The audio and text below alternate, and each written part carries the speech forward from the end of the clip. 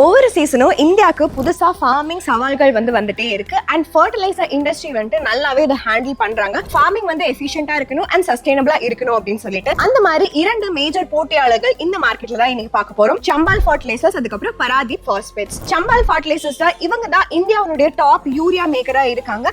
And also இவங்க DAP, NPK, graph protection, அதுக்கப்புறம் seeds இந்த மாதிரி வெர்டிகல்ஸ்லயும் ஒர்க் பண்ணிருக்காங்க. பராதீப் பாஸ்பேட்ஸ் தான் இந்தியாவுடைய லீடிங் பாஸ்பேட்டிக் ஃபர்டிலைசர் பண்ற நிறுவனமா இருக்காங்க. Q2 FY26ல சம்பாலுடைய சேல்ஸ் 48% அதிகமா இருக்கு. 6413 crores. ஏன் அப்படின்னு பாத்தீங்கன்னா ஸ்ட்ராங்கா டிமாண்ட் இருந்திருக்கு இந்த காம்ப்ளெக்ஸான ஃபர்டிலைசர் தேவைகளுக்கு. யூரியா செக்மெண்ட் கொஞ்சம் வீக்காவே இருந்திருக்கு அப்படின்னு நம்ம சொல்லலாம். அதே சமயத்துல பராதீப் உடைய சேல்ஸ் 49% அதிகமா இருக்கு.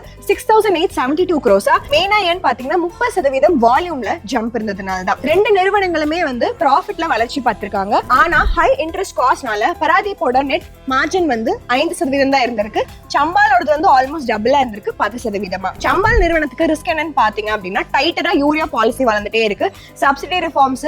பராதீப்போட ரிஸ்க் என்ன அப்படின்னு பாத்தீங்கன்னா அதனுடைய இம்போர்ட்டட் பண்ண சந்தை மூலதன பொருட்கள் ராக் பாஸ்பேட், அதுக்கப்புறம் ஆசிட், இது 75% அவங்களோட காஸ்ட்ல கான்ட்ரிபியூட் பண்ணுது. சோ சம்பால் ஸ்டெபிலிட்டி காட்டுது. பட் பராதீப் இன்னும் கேட்ச் அப் பண்ணிட்டு இருக்கு அப்படின்னு நம்ம சொல்லலாம். உங்களை பொறுத்த வரைக்கும் இந்த ரெண்டு நிறுவனத்துல எதோட மாடல் சஸ்டைனபிள்னு கமெண்ட் செக்ஷன்ல சொல்லிருங்க.